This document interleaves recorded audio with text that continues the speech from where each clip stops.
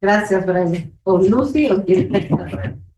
Bueno, vamos a empezar esta mesa que es la tercera, sí, ¿verdad? Tercera de este homenaje a nuestro querido Ambrosio. Y hoy nos toca la participación de 4 personas muy queridas. Vamos a empezar con Fernanda Samaniego, que es nuestra actual secretaria académica del Instituto de Investigaciones Filosóficas, pero tiene una larga trayectoria de profesora y también de investigadora en temas de filosofía de la ciencia.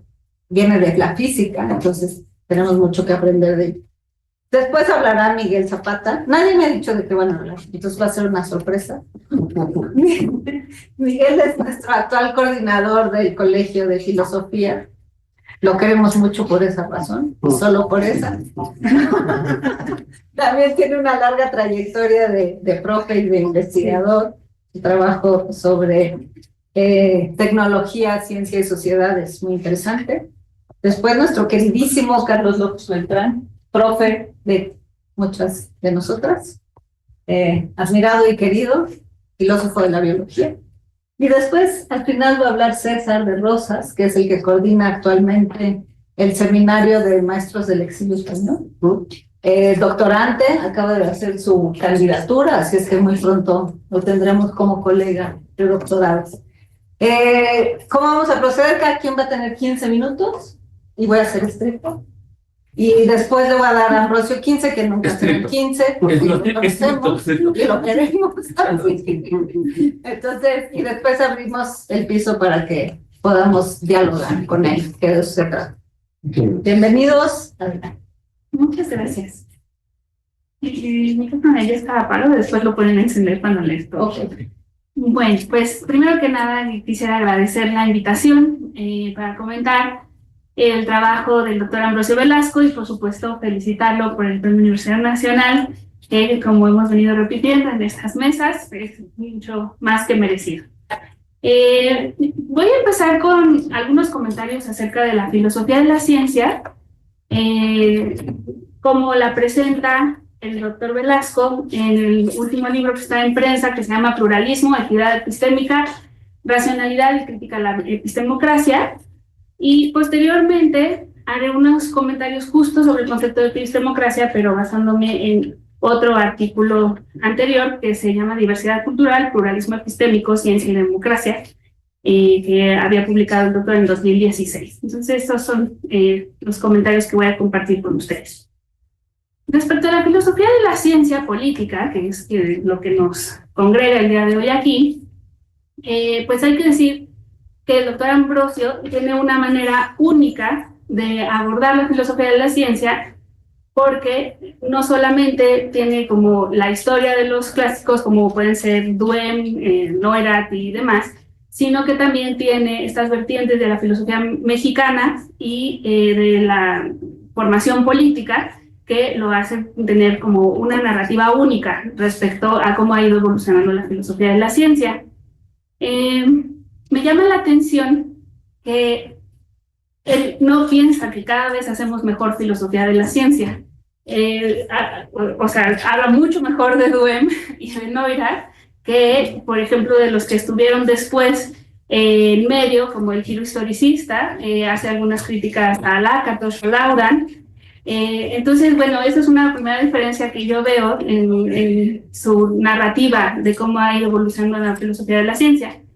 En mi concepción, el Círculo de Viena analizaba proposiciones, el giro historicista interrogaba a esa postura, incluyendo la visión social y la dimensión contextual, dinámica, digamos, y por eso pues cada vez íbamos mejor, ¿no? Pero bueno, al doctor Velasco, Duhem, por ejemplo, pues había hecho señalamientos mucho más agudos que vale la pena seguir recuperando desde el pragmatismo, y que Lakatos no recuperó. Me refiero específicamente a este problema de hablar como de una filosofía de la ciencia interna, que solamente se fija en las teorías, y creer que el contexto social o histórico se puede separar, ¿no? Eso jamás lo va a aceptar el doctor Velasco. También me parece muy interesante cómo se habla en este libro del doctor Velasco sobre la crítica de Paul Feyerabend a la ciencia kuhniana normal. Uno de mis miedos era que el lunes la doctora Ana Rosa Pérez Ranzans defendiera a Kuhn.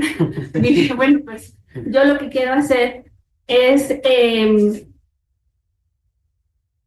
decir que Feyerabend no sería lo que es si no hubieran estado antes Kuhn y Popper, ¿no? Es como el otro día que estaban diciendo, bueno, no habría revolución copernicana si no hubiera habido un sistema tolemaico. Pues igual, o sea, Feyerabend es muy crítico con sus profesores, con las personas que lo formaron, pero detiene como muchos de sus principios en ellos. En Popper, el antidogmatismo, y en Kuhn, pues digamos, la visión diacrónica histórica de la ciencia, ¿no? Entonces, pues aquí eso quería decir sobre Feyerabend, básicamente que aparenta rupturas, donde en realidad a mí me parece que retoma muchas ideas de Kuhn y de Popper.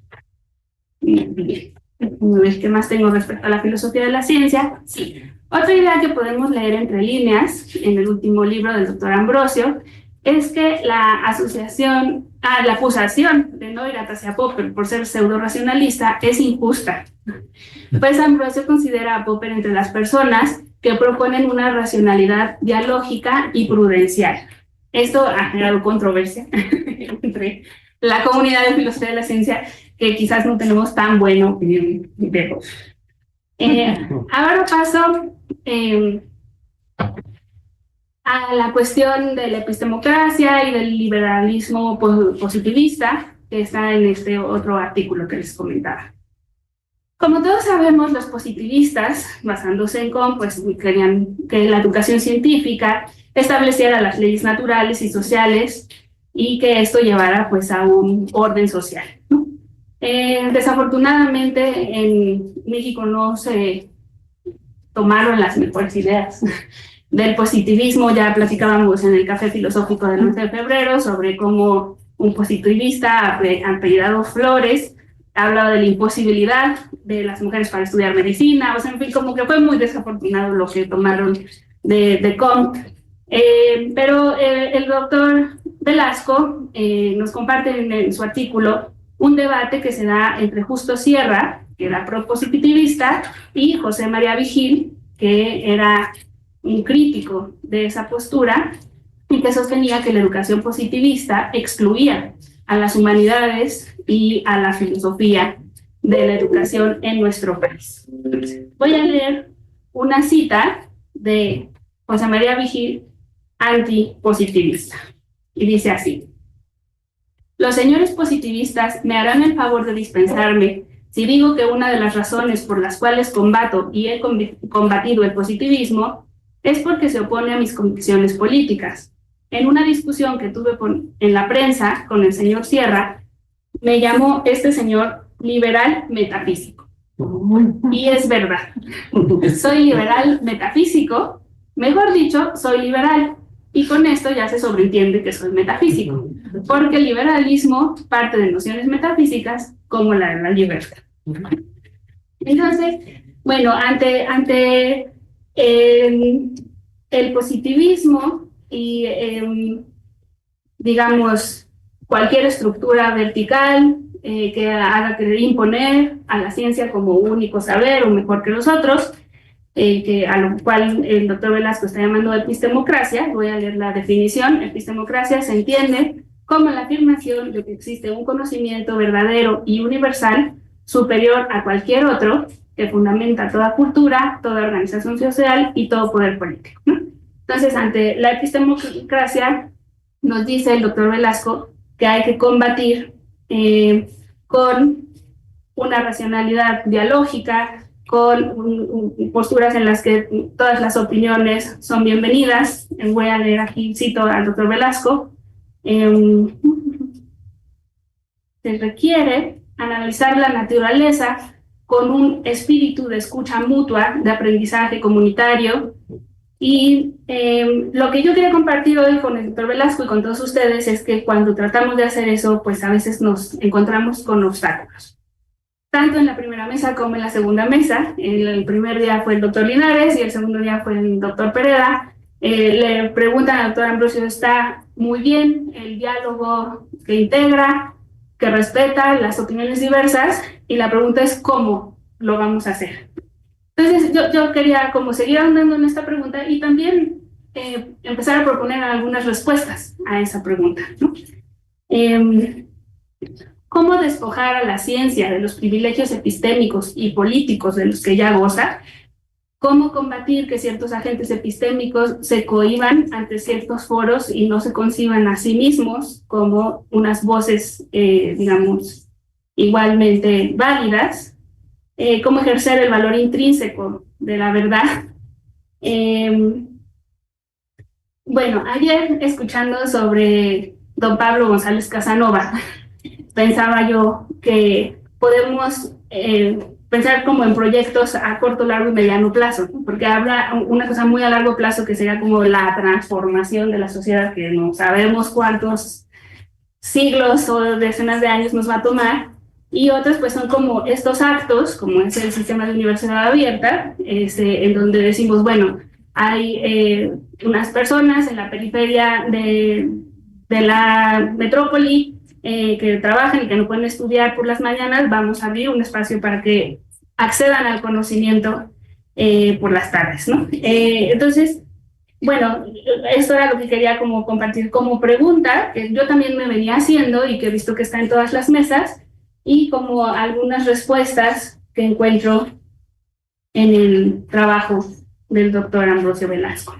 Entonces, es un proyecto a largo plazo, es un cambio sistémico, sí, o es una utopía. Esto lo digo porque con mis estudiantes leíamos el libro de La ciencia y la tecnología en la sociedad del conocimiento del doctor Olivet, y me decían que estaba muy bien, que qué bonito, pero que eso no ocurría en la realidad, ¿no? Entonces, más que unirme al escepticismo de los estudiantes, quisiera que me ayuden con argumentos para decirles que no es una utopía, ¿no? Y que se puede hacer algo. Pido argumentos para defender el diálogo multicultural y la justicia epistémica como escenarios posibles. Todo voy de tipo bien, ¿verdad? Súper bien. Qué bueno, porque todavía nos faltan rasgos. Bueno, un poquito cambiando de tema, pero todavía hablando de la epistemocracia, quisiera hacerle otra pregunta al doctor Velasco. Él responsabiliza a la modernidad por ser un proyecto civilizatorio que nos dejó esta idea epistemocrática de que había un único conocimiento. Sin embargo, yo quería ver si podemos ver qué ocurría antes. En este libro maravilloso de John Locke sobre la historia de la filosofía de la ciencia, pues se habla de este deseo de sistematización única, ¿no?, de leyes desde la antigüedad, y luego pues mencionan a personajes como Robert Grosseteste o por supuesto Bacon, pero hay otro Bacon, antes de Bacon, Francis, está Bacon del siglo XIII, ¿no?, que era discípulo de Roger, y también está Duns Scoto. Entonces, bueno, todo esto para decir que no solo los modernos son culpables de esta como pretensión de un conocimiento único, válido, y también encontramos en los libros del doctor Ambrosio como el rescate de las prácticas antiguas de prónesis y de conocimiento dialógico, virtudes prácticas de los presocráticos o del mismo Platón. Entonces, lo que yo quería decir es que quizás esto pues parece como una acusación a la modernidad, habría que repartirlo en siglos anteriores, ¿no? En concreto, aquí está mi pregunta, es mi impresión que usted, doctor Ambrosio, considera más virtuosos algunos antiguos que algunos modernos, y quisiera saber si, no obstante, usted aceptaría que las raíces de la racionalidad como usted la defiende, existen también en los antiguos. Ya me crecí, son 80 años, ya tengo 80 años.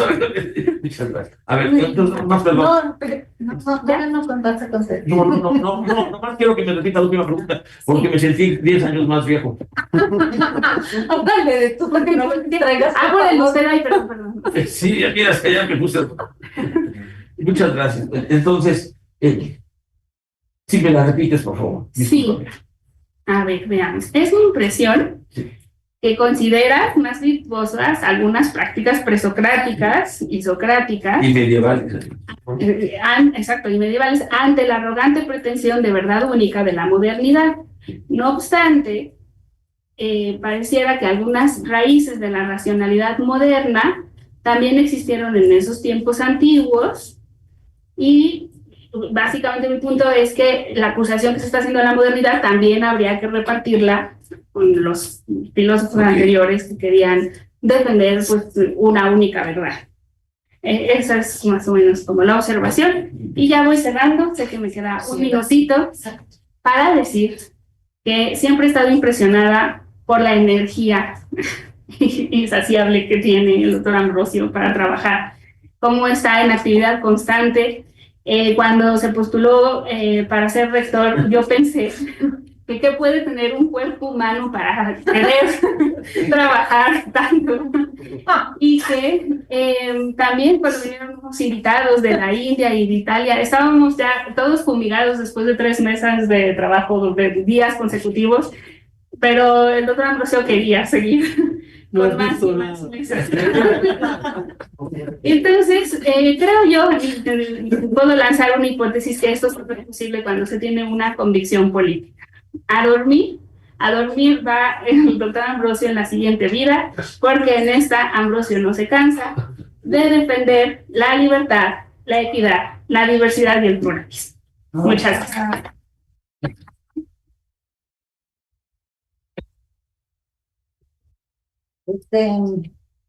Bueno, yo aquí para provocar un poquito. Sí, por favor.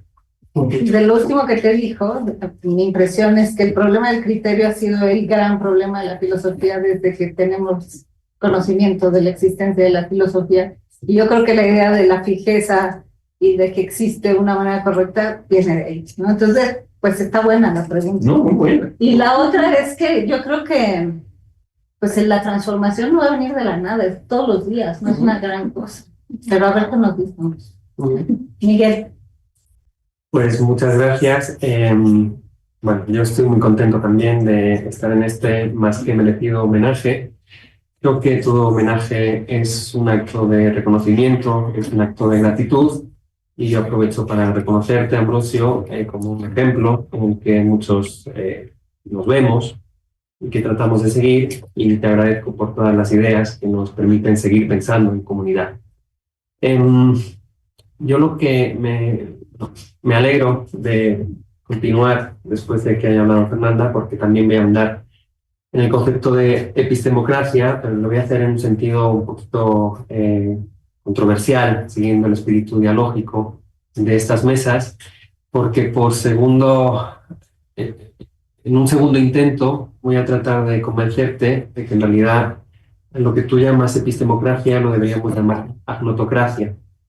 Entonces lo que voy a hacer es tratar de extraer algunos de los sentidos que yo encuentro de tu concepto de epistemocracia en tu último libro, y voy a argumentar tratando de defender que en realidad el problema de la epistemocracia es que es una epistemocracia de tipo arrogante, de tipo autoritario y de tipo epistemicida, y que podemos entender otros tipos de epistemocracias, es decir, otros tipos de ordenamiento de lo social que estén basados en el conocimiento, pero que tengan otro tipo de apellidos. Entonces, bueno, pues básicamente lo que yo hice fue igual explorar la idea de epistemocracia. Podemos decir, tú ya diste una definición, yo reduzco a esta expresión la epistemocracia como un compromiso universalista de un tipo de razón que se impone a las demás, y esta definición paraguas, siguiendo tu propio libro, siguiendo tu propio desarrollo argumental, nos sirve para entender algunos tipos de imposiciones de este tipo de razón. En principio, podemos encontrar que el concepto de epistemocracia tiene un gran valor heurístico, analítico, un gran potencial crítico, porque nos permite reconocer el menosprecio sistemático, constante, histórico de este tipo de razón pretendidamente universalista en detrimento de otras formas de conocimiento y de otros saberes, saberes comunitarios, saberes tradicionales. Hay una cita de tu último libro, la leo, que creo que da cuenta de la importancia de utilizar el concepto de epistemocracia para aplicarlo a estas circunstancias de exclusión de conocimientos tradicionales. Dice Ambrosio: la causa o razón principal que justifica la guerra y el dominio español sobre los indios de América es precisamente la superioridad racional de los españoles en virtud del conocimiento de un orden universal que legitima el poder sobre los indios. Esta justificación racionalista del dominio político la denomino epistemocracia, que establece como principal condición de todo orden social justo que el gobierno sea ejercido en función del conocimiento más racional y objetivo. Esta tesis se convirtió en un principio fundamental de la filosofía política moderna. Claro, entender así la epistemocracia tiene, como les digo, un gran valor heurístico, un gran valor interpretativo. También el concepto de epistemocracia puede servir, y el propio Ambrosio lo hace, para referirse al menosprecio de las humanidades frente a las ciencias naturales. En la primera sesión aclaraste lo que entendías por la naturalización de la ciencia, ¿no?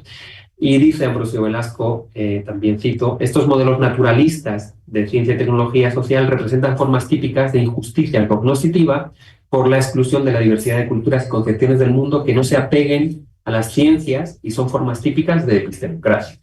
Por la pretensión de justificar con base en conocimiento científico la imposición de determinadas formas de organización social y política al margen de la pluralidad de las aspiraciones, valores, opiniones y concepciones del bien común que existen en toda sociedad libre.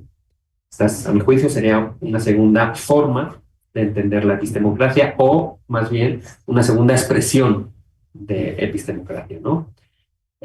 Una tercera, esta sería la última, sería pensar en la epistemocracia como la tiranía de los expertos, que desprecia las opiniones, experiencias y valores del público, de la sociedad en su conjunto, ¿no?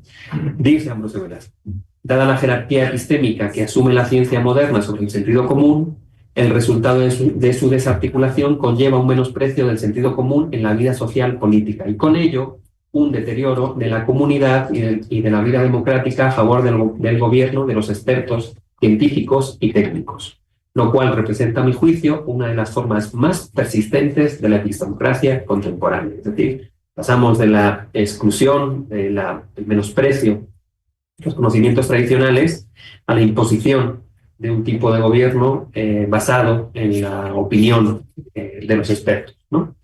En cualquiera de estos sentidos vemos que la epistemocracia hace referencia a un ordenamiento de lo político y de lo social basado en una pretensión de conocimiento universal, pero que impone un tipo de política antidemocrática, ¿no? Y frente a estos intentos de imposición, lo que defiende Ambrosio, que lleva defendiendo desde hace ya muchos años, es un modelo de equidad epistémica. ¿Qué sucede? Y en esto trato de ya ser, digamos, controvertido, más que controvertido, polémico con la noción de epistemocracia, a pesar de reconocer su valor heurístico, analítico, crítico, interpretativo. A mi juicio, el problema de utilizar este término, si entendemos este término como un conocimiento basado, un tipo de gobierno basado en el conocimiento, es que podríamos asumir la crítica que te hizo Javier Echeverría, ¿no? Entonces, deberíamos tener gobiernos que estén basados simplemente en una opinión no justificada. Para mí el problema es que cuando tú te refieres a la epistemocracia, te refieres a un tipo de epistemocracia que tiene ciertos apellidos, que se podría adjetivar.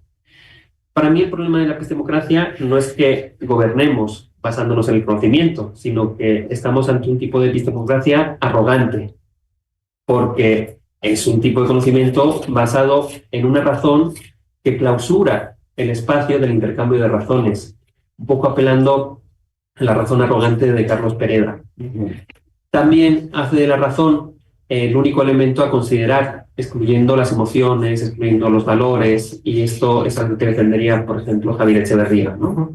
Cuando habla del epistemismo, ¿no? Como esa concepción que le da prioridad a la episteme en detrimento de lo axiológico, por ejemplo, ¿no?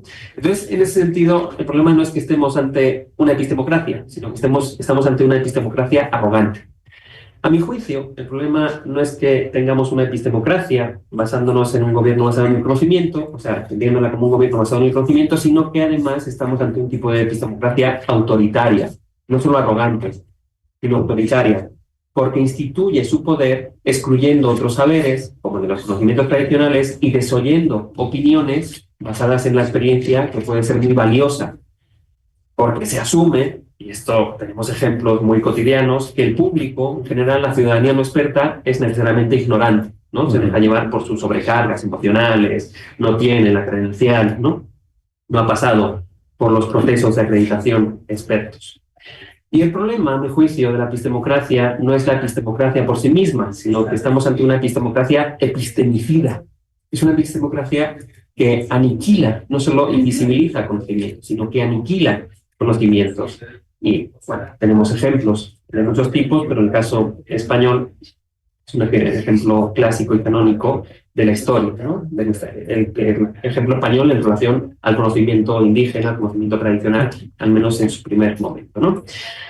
¿Qué quiero decir con esto? Quiero decir con esto que sí me parece muy pertinente el concepto de epistemocracia, pero creo que hay que apellidarla, porque podríamos apellidarla de otras formas. En general, esto me parece que tiene que ver con que estos apellidos lo que nos deberían hacer asumir es que más que una epistemocracia estamos ante un tipo de gobierno basado en la ignorancia, porque aniquila otros conocimientos. En ese sentido, la epistemocracia a la que te refieres, yo la llamaría agnotocracia.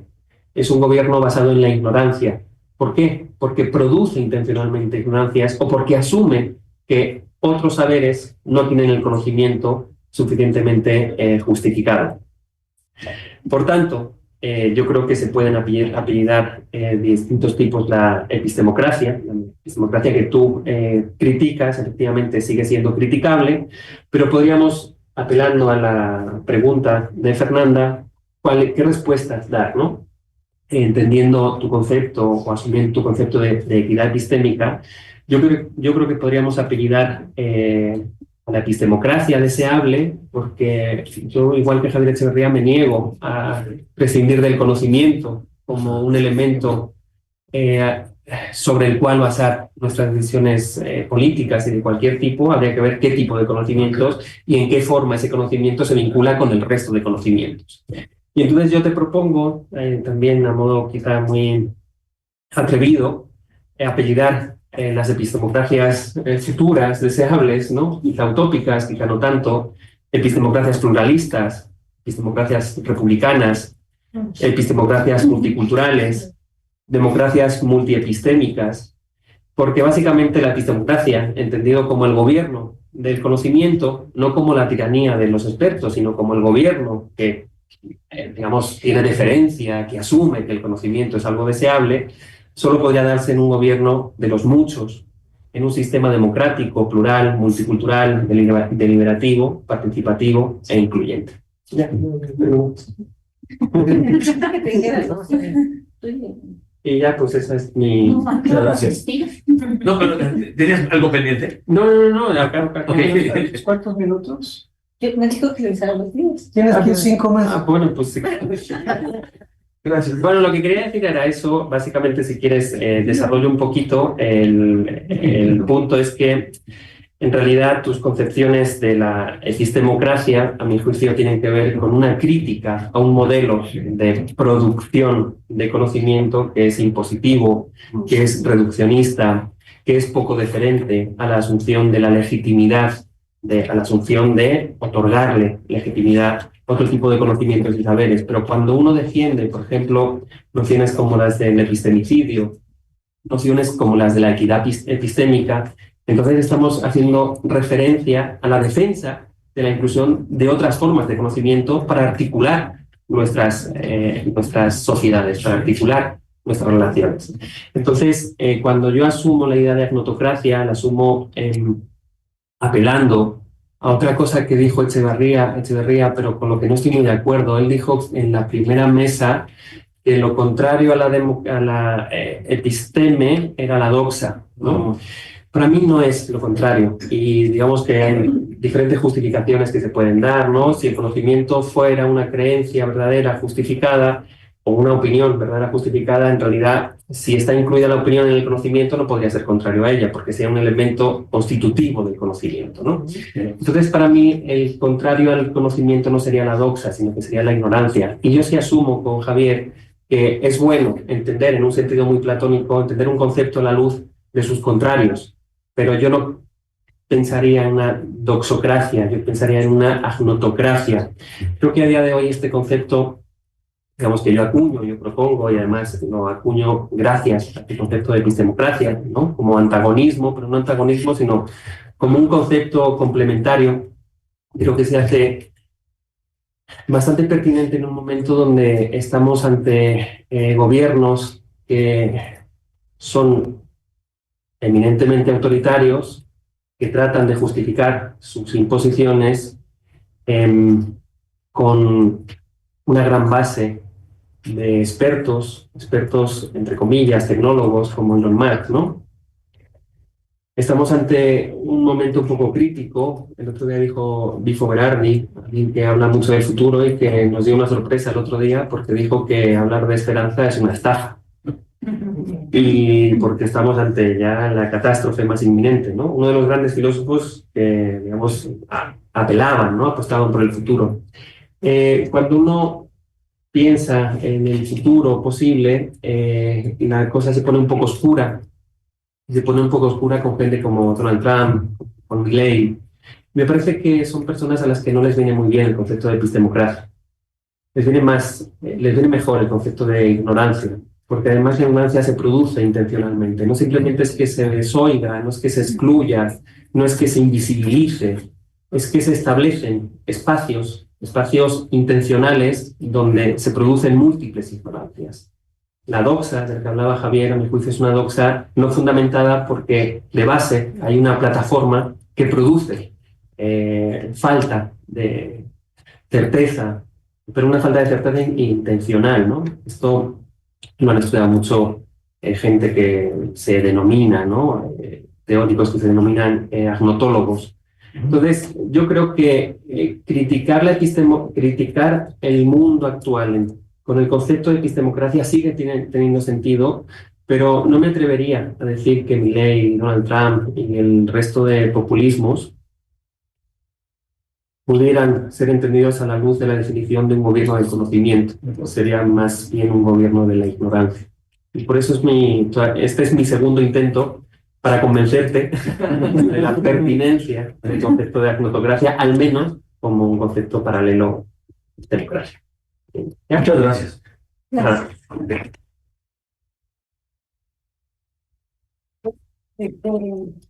Bueno, aquí como provocación. Por favor, me encantan tus Es provocaciones. que lo que me parece es que primero son contrarios o a lo mejor son complementarios. Exacto. Pero yo creo que nos llevan a la pregunta sobre el criterio, porque al final el epistemócrata, si es alguien que piensa que hay un criterio correcto, entonces usa la razón arrogante, y no veo en qué sentido una razón arrogante no es una razón autoritaria. Y justo, por ejemplo, Pereda es lo que siempre dice, ¿no?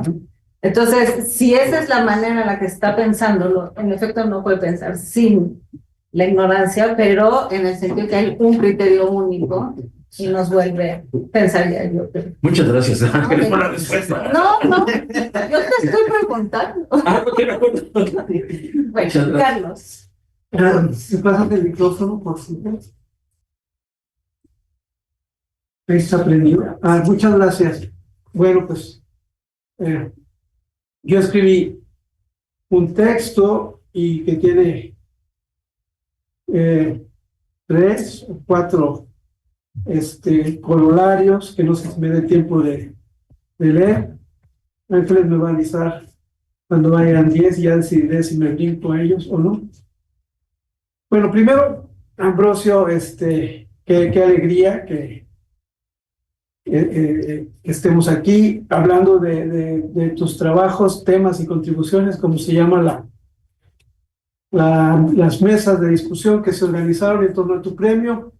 Y lo primero que voy a decir antes de empezar a leer es que cuando se me invitó a participar, lo cual agradezco mucho.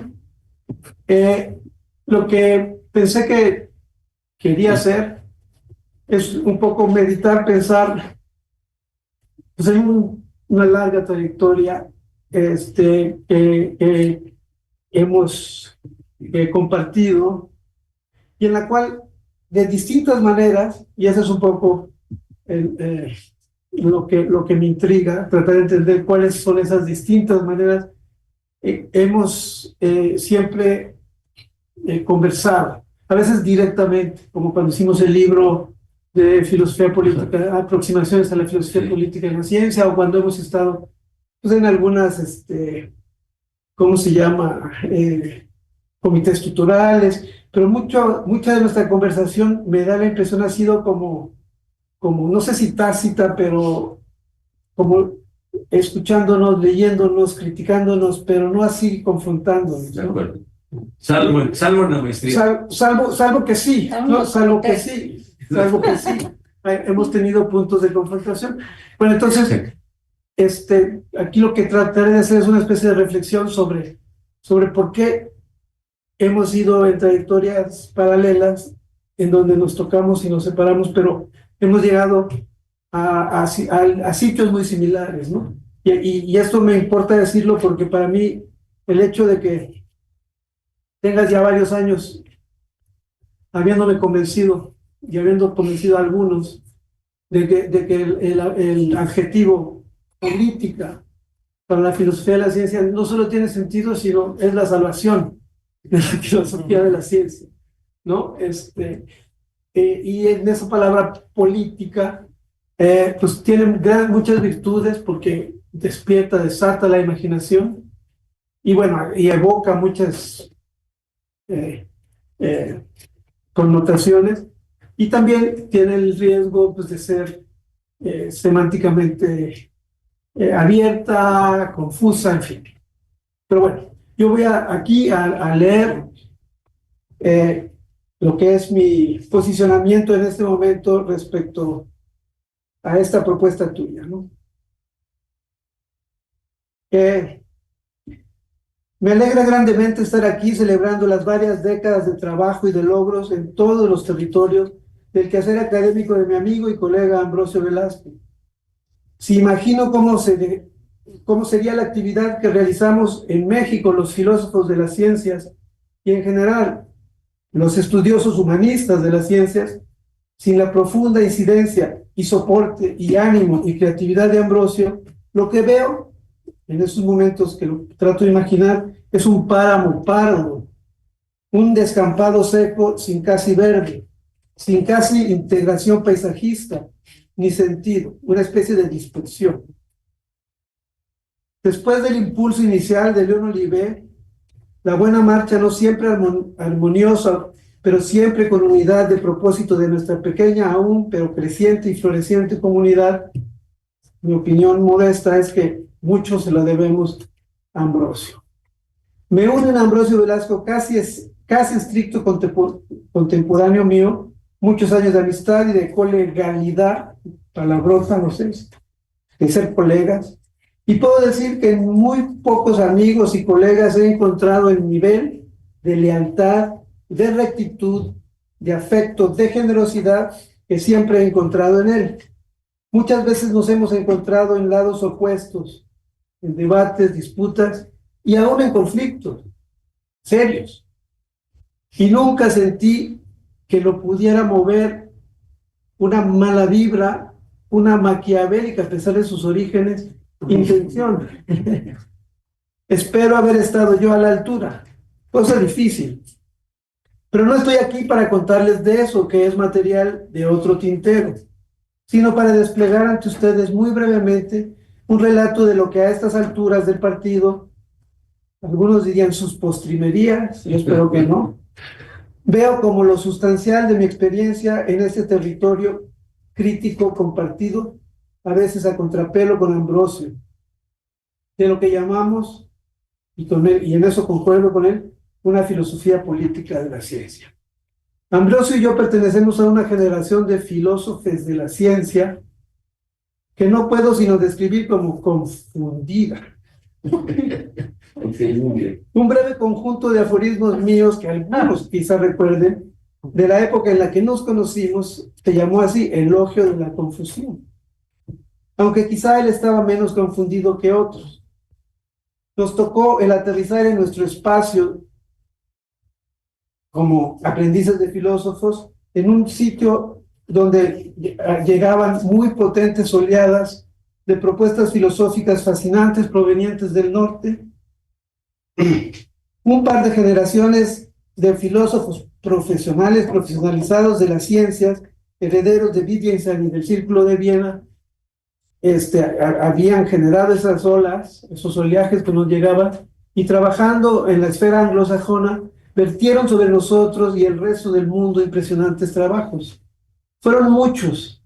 Menciono a quienes quizá hicieron más mella en nosotros: Ron Harré, Mary Hesse, Quine, Feyerabend, Lakatos, Pascal, Anfrasen, Tulmin, Laudan, Molines, que iba entre el norte y el sur, ¿no? Pero terminó en el norte. Cartwright, Kitcher, etc.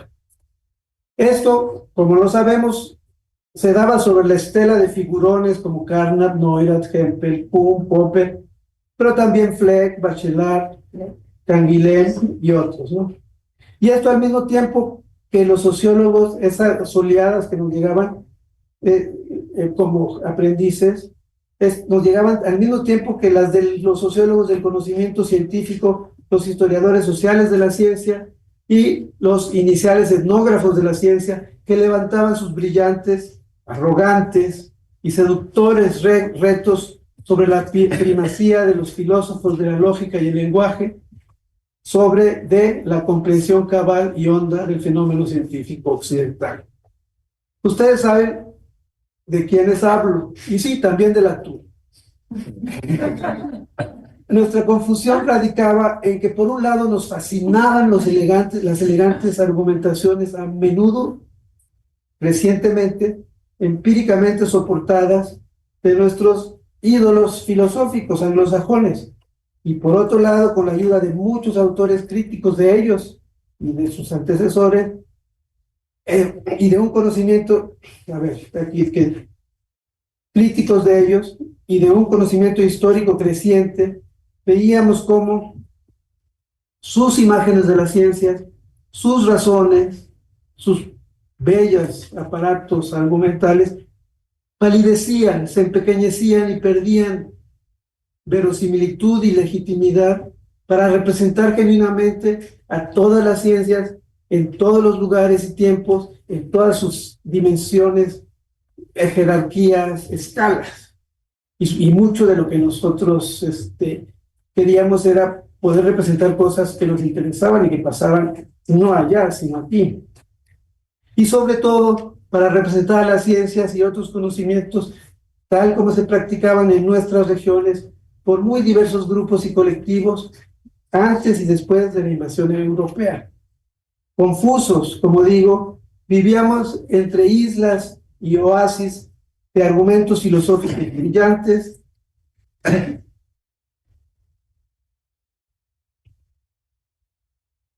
tenuemente conectados entre sí y muy obtusamente conectados con la multiplicidad de saberes y prácticas a las que teníamos acceso al leer historias, etnografías, psicologías, biografías, estudios culturales de las ciencias y las técnicas. Esa idea confusa, confundente, de estar habitando entre islas o entre oasis desconectados, se ahondaba cuando progresivamente nuestras lecturas y nuestras maestras nos convencían de la acción determinante en todos los saberes, de los marcos conceptuales, los contenedores de las teorías, los moldeadores de las creencias, de las ideas, de las suposiciones, presupuestos, etc.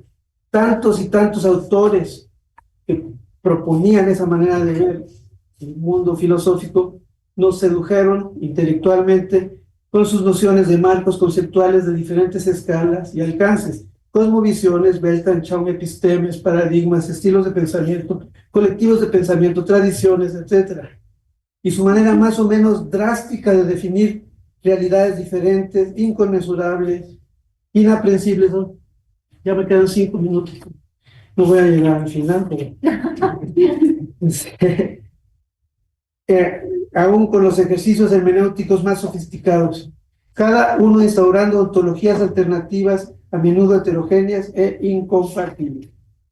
Como hemos entendido poco a poco, la dominación abrumadora en las filosofías del siglo XX de los llamados giros lingüísticos, que incluyeron el giro lógico, el metodológico formal, el estructural, etcétera, determinó este confundente desenlace que desestabilizó las nociones de universalidad, unidad, generalidad, etcétera, ¿no?, del conocimiento científico.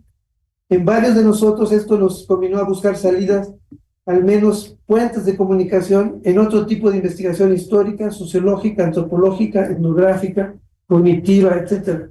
Ambrosio echó mano de sus fortalezas, que eran muchas, y encontró en la historia de la filosofía de la ciencia, que mencionó ya en Neurath, en Duhem, en la filosofía política, el cual era experto, es experto, en la historia de la filosofía en México, desde Alonso de la Veracruz hasta Luis Villoro y Manuel Bolón, los recursos para ir poco a poco construyendo una síntesis original que se ocupe de dar contenido a esa alta noción, la filosofía política de la ciencia, y tratar de convencernos de que ese es el camino a seguir, el espacio a ocupar.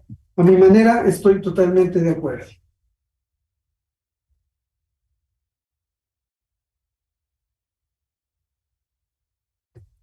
Voy a brincarme un cacho para Oye, llegar. ¿le puedo pasar 5 minutos míos? Sí, claro. Te paso, tienes otros 5 minutos. por favor. Bueno, está bien. Gracias, por favor. Es el cuaderno entero. Es insurrecto. No, a ver. Es insurrecto con los tiempos. Ay, sí, ¿verdad? Sí, También, sí, sí, sí. es un problema, por eso.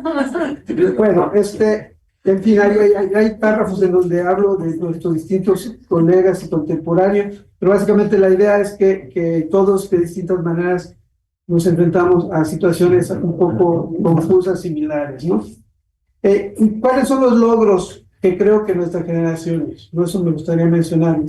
Creo que conseguimos varios de nosotros, Ana Rosa, Mario, Raúl, Cíntora, hay una larga lista, puentear y articular entre las divisiones tajantes y artificiales autoritarias entre tipos de saberes, ciencias técnicas, humanidades, y evidenciar la utilidad del nomadismo y las llamadas interdisciplinas.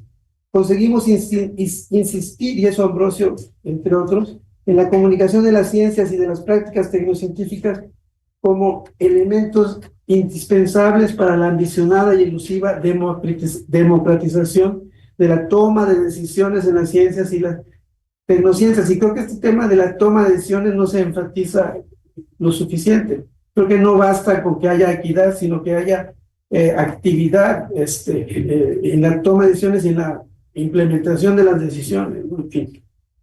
O sea, no solo en las mesas, sino en muchos otros lados ocurre la equidad, ¿no?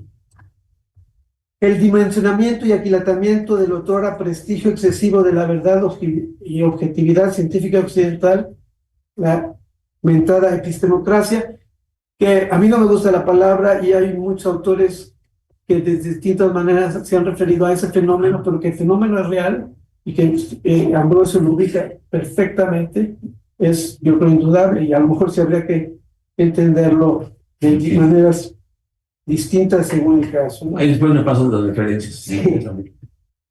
Bueno, yo lo asocio así al vuelo con cosas que ha escrito Latour sobre la purificación, Okay. o cosas que ha escrito Isabel Stengers, o cosas que hay muchos autores.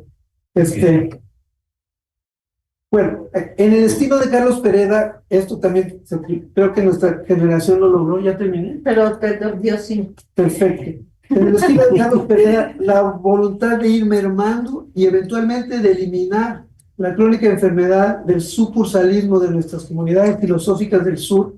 Eso creo que es otra aportación, en otra dirección en la que nos hemos movido, ¿no? Sí. Después de un periodo inicial de entusiasmo por autores que ya mencioné, Fleck, todos aterrizamos en los 90 en una cruda babélica en la que aún estamos, que amenazó con deteriorar nuestro sentido de propósito común, disciplinar e interdisciplinar. Ahí fue donde, sobre la estela de Olivet, la dirección de Ambrosio fue crucial. Nos dejó claro que estábamos superando la confusión, pero había que trabajar para construir nuestra propia balsa entre nosotros y con nuestros estudiantes, que se valía no coincidir y aún tener posicionamientos drásticamente encontrados siempre que se remara en la misma dirección. Que habrá una multiplicidad de recursos y tradiciones a las cuales acudir. Que hay, por ejemplo, una masa crítica de nuestro conocimiento local, tanto hispánico, criollo, como mexicano, mestizo, como enraizado en los saberes originales, que nos puede permitir entender mejor nuestras situaciones y nuestras propias generaciones de situaciones y actos de conocimiento, en términos que, sin dejar de ser críticos, deben ser más justos y equitativos, sobre todo en los dominios de los saberes sobre la salud, sobre el cuerpo, sobre la nutrición, la vida, la agricultura y la forma de gestionar las tecnologías en la vida, ¿sí? Tanto tradicionales como las nuevas innovaciones que se vayan acumulando. Gestiones que tendrán mejor resultados si conseguimos articular, sintonizar nuestra filosofía política de las ciencias con nuestras caleidoscópicas realidades sociopolíticas. Resumo los apéndices para no gastar ya el tiempo que ya no tengo. Creo, y a lo mejor es una afirmación fuerte, pero creo que esta arrogancia de la que se habla en la epistemocracia es algo de la que ha pecado sistemáticamente eso que algunos llaman la filosofía general de las ciencias, o la filosofía abstracta de las ciencias, o la filosofía pura de las ciencias. Yo personalmente creo que esos proyectos, por más que se les intente mejorar, serían mejores si se les agrega el política. Y bueno, eso es una larga discusión. Aquí daba yo algunos elementos. Y lo otro que creo, y ya con eso termino, es que para no tirar el bebé con el agua del baño, necesitamos aumentar nuestro acervo de estudios de caso en los conocimientos científicos variados y situados en todas las dimensiones, en todos los tiempos, en todos los contextos. Porque solo acumulando información empírica bien analizada, en donde se puedan ver el funcionamiento, la racionalidad que a todos nos importa, el progreso, la comprensión, y los círculos hermenéuticos que hacen que la gente pueda cooperar, solo viéndolos en acción y pudiéndolos describir, entenderemos de qué estamos hablando y no estaremos allá por las nubes. Y, sin embargo, los estudios de caso no bastan, y ese es con lo que termino. Necesitamos seguir teniendo abordajes, elaboración de modelos y representaciones de distintos niveles de generalidad, sin pretensiones democráticas de universalidad. Ahí sí.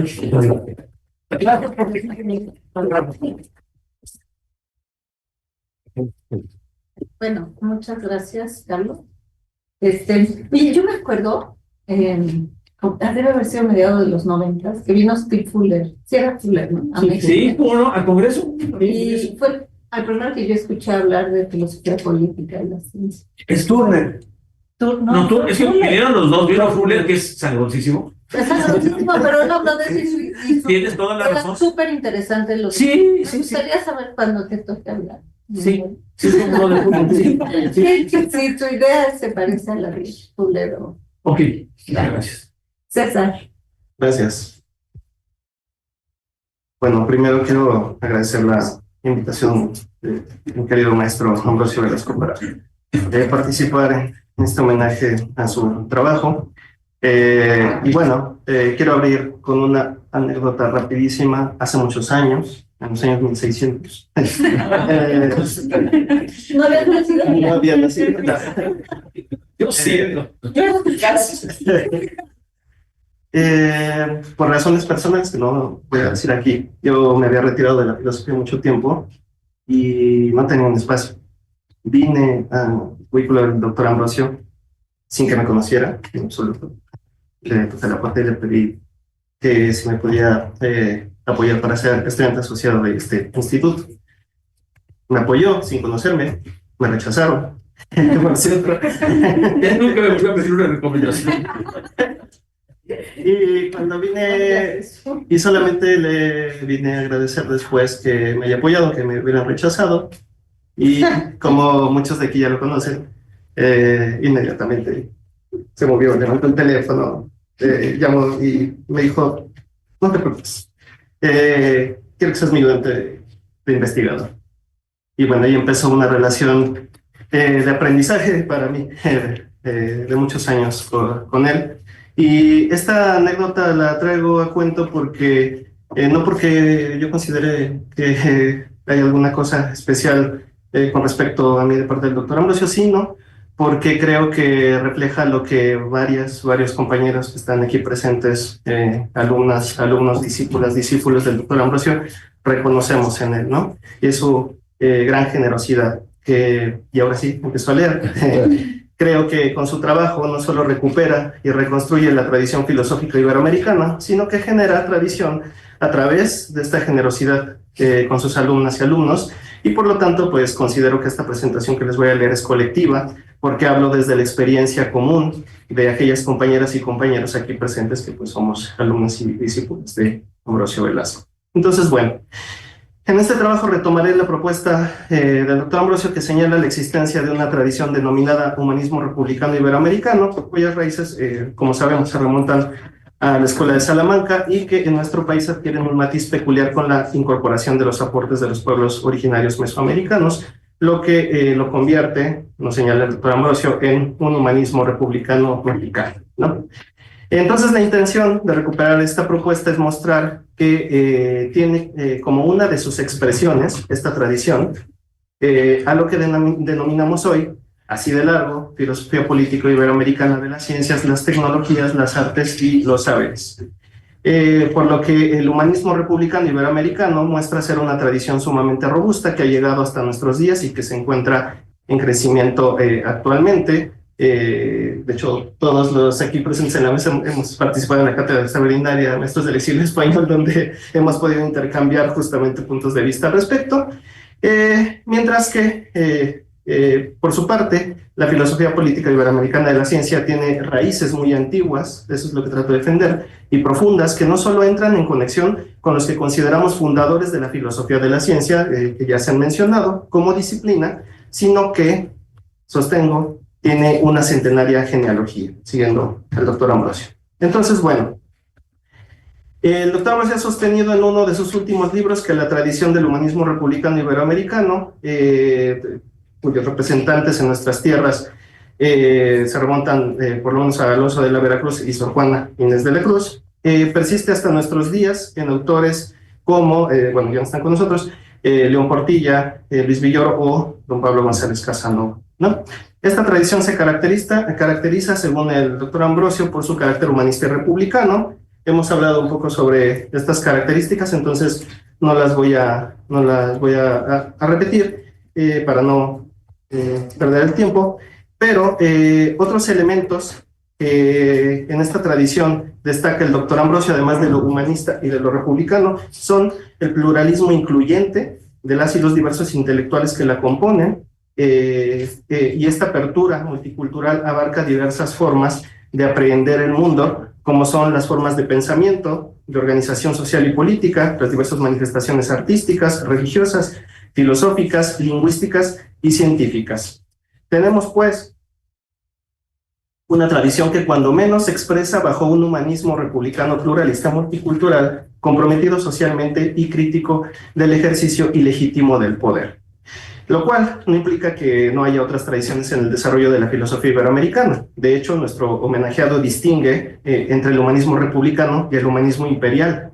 Ahora que hablaba Miguel, pensaba yo, bueno, ¿por qué no hablamos de una epistemocracia republicana y una autoritaria, ¿no? Como siguiendo con esto que ha propuesto el doctor Ambrosio, o una pseudo epistemocracia. Bueno, y tampoco implica la existencia de esta tradición, no implica que sean las únicas características de esta tradición mencionada. Por ejemplo, el pluralismo también se expresa en autores como Javier Clavijero, José Antonio Alzate, Eli de Gortari y otros contemporáneos, ¿no? Como Jorge Enrique Linares o Javier Echeverría, cuando afirman la existencia y describen las tecnologías indígenas y autóctonas, al mismo tiempo que son críticos del dominio y el colonialismo tecnológico. Por otra parte, para Ambrosio Velasco, el humanismo republicano iberoamericano tiene su expresión, como habíamos dicho, en nuestras tierras como humanismo republicano mexicano, cuya especificidad radica en que toma elementos de nuestros pueblos originarios, tanto del pasado mesoamericano como de los conocimientos y tradiciones de los indígenas vivos que, a decir del doctor Ambrosio, aquí lo cito, conforman una concepción plural del mundo auténticamente mexicana, que sería la base de una idea y de un proyecto de nación. Hasta ahí el doctor Ambrosio. Esto resulta muy importante porque por lo menos desde 1609, con Juan Zapata y Sandoval, por ejemplo, en su disertación sobre justicia distributiva, ya comienza a usar esta idea de nación mexicana, dice el doctor Ambrosio, en sentido cultural, no de Estado-nación, y constituida por indios, mestizos y criollos, y que se diferencia de la nación española. Esto es, por supuesto, el germen de una concepción que pues después estallará en la Guerra de Independencia, y en este proceso pues los intelectuales y filósofas mexicanas tendrán un lugar central en la configuración de esta identidad que subyace a los movimientos políticos posteriores.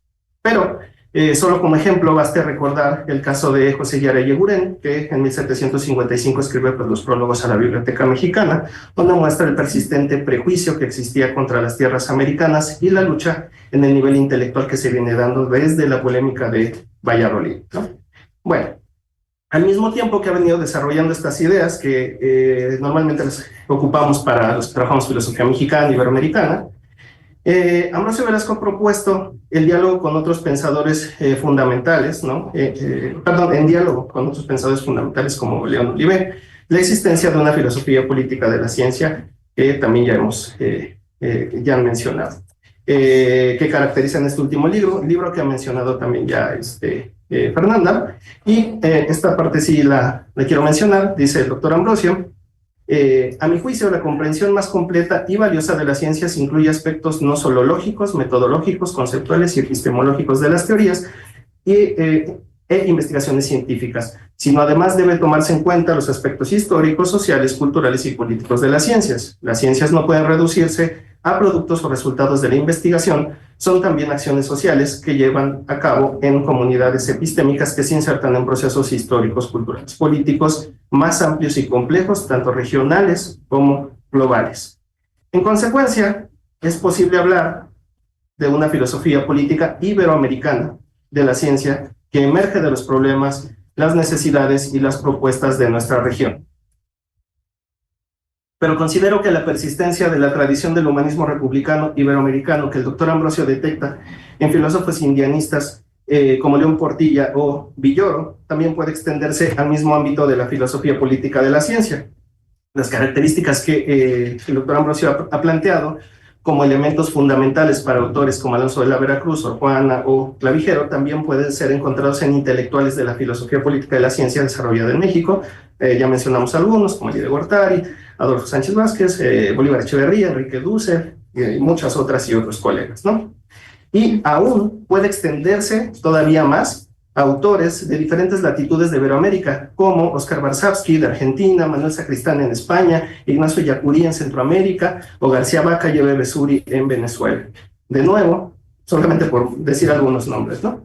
Seguir esta ruta puede llevarnos a un planteamiento que me parece interesante, y es que no es únicamente la filosofía de la ciencia derivada del Círculo de Viena, Duhem, etcétera, la que se instala en México. Pues en efecto, como ha señalado, por ejemplo, Guillermo Hurtado, hay una serie de autores como García Maynes o Elías de Gortari que pretendieron construir algo así como una filosofía científica, y sin embargo, esta idea puede ser extendida mucho más en el tiempo, pues hay textos de filosofía de la ciencia, en mi caso que yo estudio marxista, desde los años 50, y de filosofía de la técnica anteriores incluso.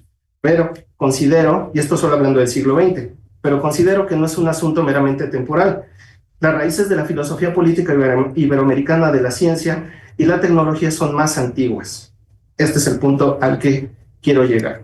De diferentes maneras y bajo diversas estrategias, por lo menos desde la Guerra de Conquista, las y los autores de la tradición iberoamericana han defendido las capacidades cognoscitivas, aquí lo digo en sentido amplio, es decir, epistémicas, estéticas, tecnológicas, políticas, etcétera, de los habitantes de estas tierras. En suma, son defensores de la dignidad humana, de erradicar su carácter, en parte, su carácter humanista, y combaten pues el ejercicio de lo que el doctor Ambrosio ha llamado epistemocracia, que ya se ha mencionado, y en contraposición, estos autores, estas autoras han sido defensoras de la equidad epistémica, es decir, de este principio y actitud según la cual toda propuesta con pretensiones de conocimiento es digna de ser tomada en cuenta para ser evaluada por la comunidad. Esto es tan relevante que, como mencionaba Miguel, que en el caso de la conquista, nos dice Ambrosio, una idea principal de la justificación de ella y del Imperio Español es la afirmación de que existe un conocimiento verdadero y universal, superior a cualquier conocimiento o creencia. Tal conocimiento debe ser fundamento de toda cultura, toda formación, de toda organización social y todo poder político, nos dice el doctor Ambrosio. Cuando partimos de la consideración de las interrelaciones entre ciencias, tecnologías y política, ¿no?, de estas interrelaciones complejas, como se comprende la filosofía política de la ciencia, podemos considerar a Alonso de la Veracruz, por ejemplo, defendiendo de forma radical la capacidad política de los pueblos originarios mesoamericanos, de la técnica social, diría Pablo González Casanova, ya más cercano a nosotros, para gobernarse a sí mismos. Y por ello, señala que el imperio debería pedir disculpas y reparar los daños cometidos. O aún Sigüenza y Góngora, aún con las críticas que le podamos hacer, con su arco triunfal del teatro de virtudes políticas, indicando al virrey que el conocimiento y la sabiduría política se reflejan en las virtudes de los reyes mexicas. O Sor Juana, en su primer sueño, en su sueño metódico, como le dice Sánchez Vázquez, cuando haciendo una crítica al patriarcado y al racionalismo, reconociendo los límites de la razón sin renunciar a ella, por cierto, señala que en el sueño, liberado del espíritu del cuerpo, todas y todos, hombres y mujeres, tienen las mismas capacidades para aprehender el universo. Posteriormente, su lectora Paula Gómez Alonso dirá que se requiere la creación de una cultura femenina. Y por supuesto, es necesario recordar que en su loa para el auto sacramental del divino Narciso, Sor Juana menciona que es aquella India llamada América, la portadora del sentido de justicia, ese que mandó después a repartir Zeus, ¿no?, cuando hacía falta, después de haberle dado el fuego a los seres humanos en el mito prometeico. América es la portadora del sentido de justicia y que resalta el valor de vida frente a la explotación y degradación de la naturaleza por la sed de oro. De la misma forma, Javier Clavijero, en su Historia Antigua de México, frente a los criterios de Cornelio de Poe para considerar civilizados a los pueblos americanos, como por ejemplo el uso de moneda o las letras, opone los desarrollos locales, científicos y técnicos de la época. De nuevo contra De Poe, pero con mayor radicalidad, hace José Antonio Alzate frente a la ciencia dominante de su tiempo, que consideró imposible la existencia en América de lo que ahora llamamos megafauna. O sea, Alzate con el hueso en la mano le niega, ¿no?, la existencia de megafauna. Eli de Gortari, por mucho tiempo decano de este Instituto de Investigaciones Filosóficas, es un gran heredero y representante de esta tradición, cuando inspirado en John Dee Bernal, escribe su Ciencia en la Historia de México, dedicando una cuarta parte de su libro a las ciencias y tecnologías indígenas. Podríamos continuar señalando muchos más ejemplos, sin embargo, hay que destacar que el ejercicio de la epistemocracia no se ha limitado al ámbito de las ciencias y las técnicas, sino que se ha expresado en formas de praxis humanas como el lenguaje y el arte. Así, podemos encontrar defensores de nuestras capacidades estéticas en Pedro José Márquez, por ejemplo, en Justino Fernández de forma más tímida, en Sánchez Vázquez y Enrique Dussel. Pero también en Alzate, que consideró al náhuatl como una lengua más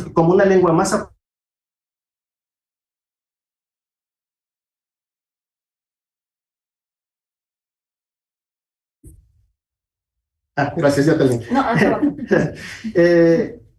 Perdón, que León Portilla, que afirmó que el náhuatl es igualmente útil que el griego o el alemán y diría que el inglés para hacer filosofía.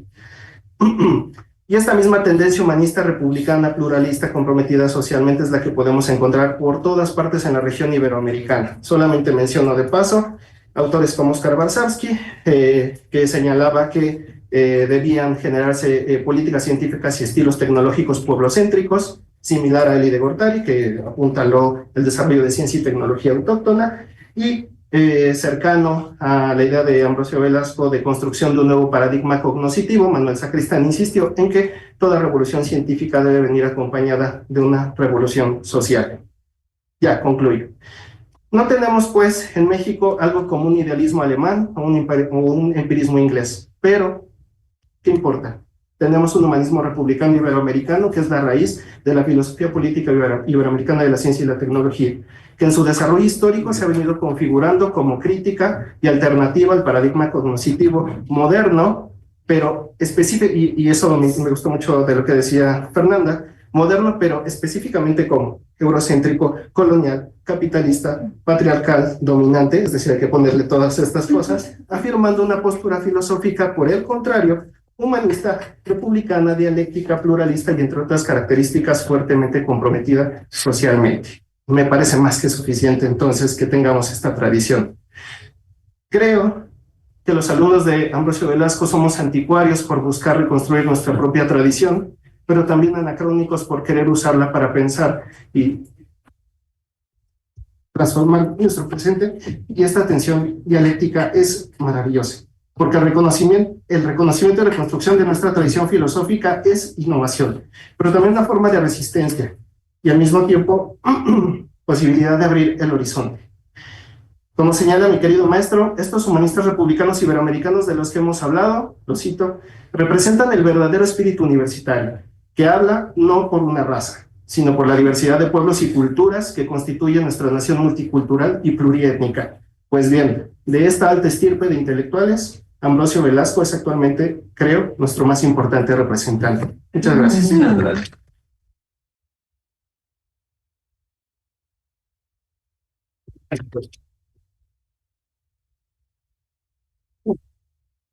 Sí. Voy a hacer una síntesis. ¿Quién se subió para que... No, ¿qué te dan aquí? No, Y tiene pero en el YouTube. No, es que yo le ponemos carro. No. Bueno, pues ya. Acá está prendido. Sí. Acuérdense que no puedo pelear las sillas. Todo, suerte. Bueno, pues, muchísimas gracias. De veras, ahora sido de lo más generoso. Y mis colegas aquí, realmente no solo me dan mucho que pensar y mucha tarea, sino me emociona mucho con sus conceptos, sus palabras, seguir discutiendo. Después de 82 nos conocimos y ahí eran muy directas, ¿te acuerdas? Hasta con libros volando, ¿no?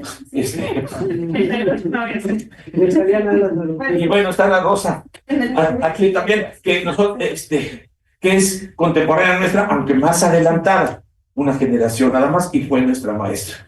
Entonces aquí es muy bonito porque estamos pues casi 50 años, no más de 40 años de filosofía de la ciencia en México, ¿no? Con muy diferentes generaciones. Y bueno, acá está, sí está la Rosa, ¿verdad? Sí, está Enia y bueno, y todos los de la mesa, pues estamos en eso. Y eso es muy padre, realmente muy... ¿Quién decía que la esperanza es un engaño? Sí, no. Pues mira, aquí refutamos a esa persona contundentemente, porque Te refuto así. ostensivamente. Aquí hay una mesa, ¿no? Y allá también. Y bueno, pues voy a empezar, podría decir mucho. Realmente ha sido, en primer lugar, sí, agradecer mucho a Luis, a Fernanda, a Francis, y anteriormente en la propuesta del premio, al comité, al consejo interno, a Juan Antonio, a Aurelia, y qué bueno que haya sido una ocurrencia del rector. Sí, siempre quiero aclarar que no fue ocurrencia mía, pero le agradezco mucho a Luis que haya sido muy insistente y que apenas poco después de haber asumido la dirección tenemos que hablar sobre eso, ¿no? Muchas gracias, Luis. Y realmente yo creo que lo tenemos que hacer con todos los premios, quizás un poco también con los que ya han pasado, no lo sé, pero para mí es una oportunidad maravillosa para repensar y encontrar nuevas formas de articular, de revisar lo que se ha hecho. Y yo ya estaba un poquito, diciendo, pues, ya que me queda, ya hice la síntesis de filosofía mexicana o esta otra que está en prensa, la filosofía de la... No, me queda un montoncísimo, hay huecos, agujeros por todos lados que hay que trabajar. Y bueno, empiezo con Fernanda. Muchas gracias, Fernanda. Sí, a ver, me voy a ir a lo más puntual. Sí, yo tengo una concepción de altibajos, de avances y retrocesos en la filosofía de la ciencia, y que no es nada lineal, ¿no? Y sí pienso, bueno, como el desarrollo canónico de la filosofía de la ciencia empieza a principios del siglo XX, ¿no? Lo que nos han contado Losse y todo el mundo nos dice lo mismo, Moulines también, etcétera, con algunos antecedentes, pero de epistemología, de teoría del conocimiento en Kant, en Bacon, etcétera, pero la filosofía de la ciencia contemporánea empieza al principio. Y si nos trazan ¿cómo se escribe? Yo sé que Es doble O, Lowcy. Pero no sé, bueno, ese me parece mucho mejor el libro de Moulines, que es sobre lo mismo, y que lo publicó el instituto, si no mal recuerdo, ¿no? Historia de la filosofía de la ciencia. Espléndido. De la filosofía de la ciencia, yo nomás conozco esos. Sí, no, Okay. el agua a su molino. A su molino. A su molino. A su Moulines. Que por cierto, el libro que está en prensa, mi querido profesor hizo muy generoso el libro. Siempre un profesor admirable, nuestro querido Ulises, ¿verdad? Ya después tendremos oportunidad a Rosa, Carlos. También recordar a Raúl, que participó ayer, a Mario Casanueva, entrañable amigo y compañero, de cómo eran las clases de Moulines, ¿no? Nomás, perdón, rápido. Él traía sus clases por escrito, las leía, y antes del intervalo decía 10 minutos de pendejadas. Entonces empezaba. Sí, pero de muy buena onda. Entonces, sí. Bueno, creo que no usaba esa palabra, ¿verdad? ¿Sí lo usaba? No me acuerdo, pero... No veo Moulines diciendo. Ulises es de lo más alivianado, ¿eh? Bueno, quizás estoy exagerando. 10 minutos para que participe.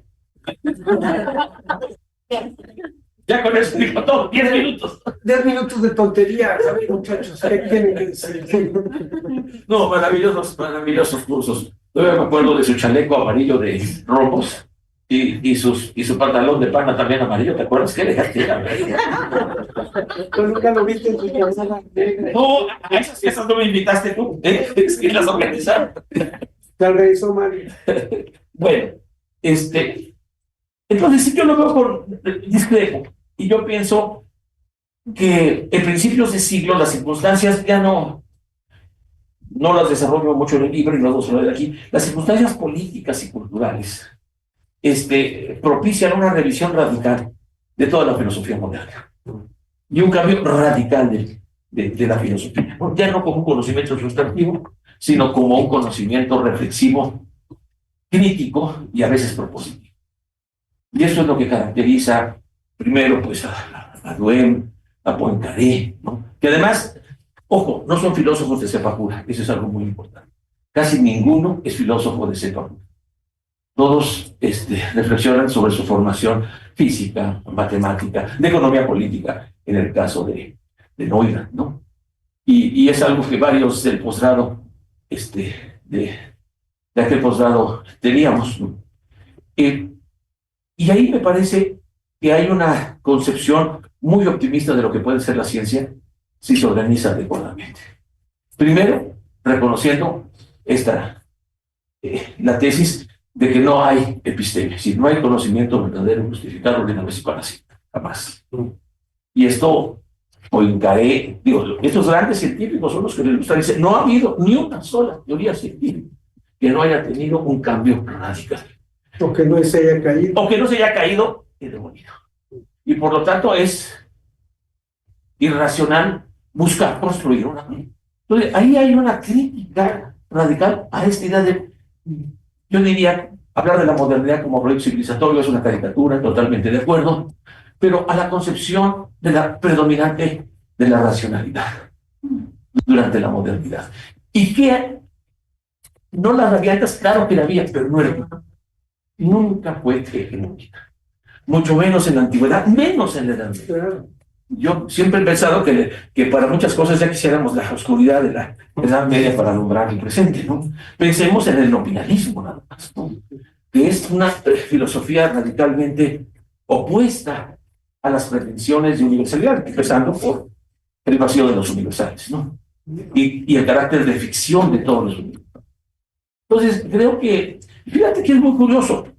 ¿Quién es el gran historiador de la ciencia medieval? Bueno, ¿cómo se llama el francés que empieza con K? El historiador francés. Coiré. Gracias. Coiré es lo que, yo me fallé. Coiré es lo primero. Gracias a Douay nos hemos dado cuenta de las enormes aportaciones de la Edad Media y de la absoluta falsedad de una revolución científica moderna.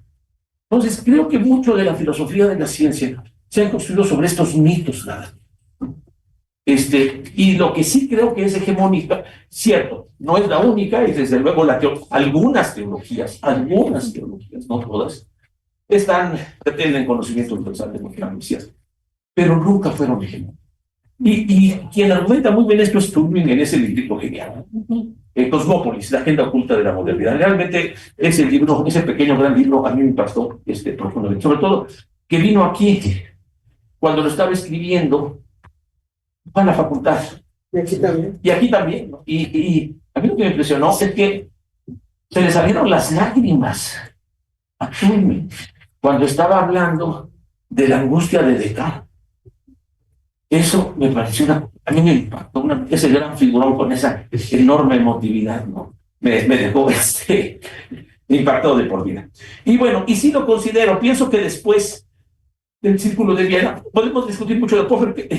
Ayer me dijiste una cosa muy importante, querida Fernanda, que lo mismo que yo le digo a Ana Rosa, que todo lo bueno de Kuhn que ella reconoce no es de Kuhn, sino de Ana Rosa, pues es lo mismo después de la interpretación de Popper. Tengo que revisarla, pero también es una herencia, ¿te acuerdas? Carlos, Raúl Alcalá y Mario eran cunianos.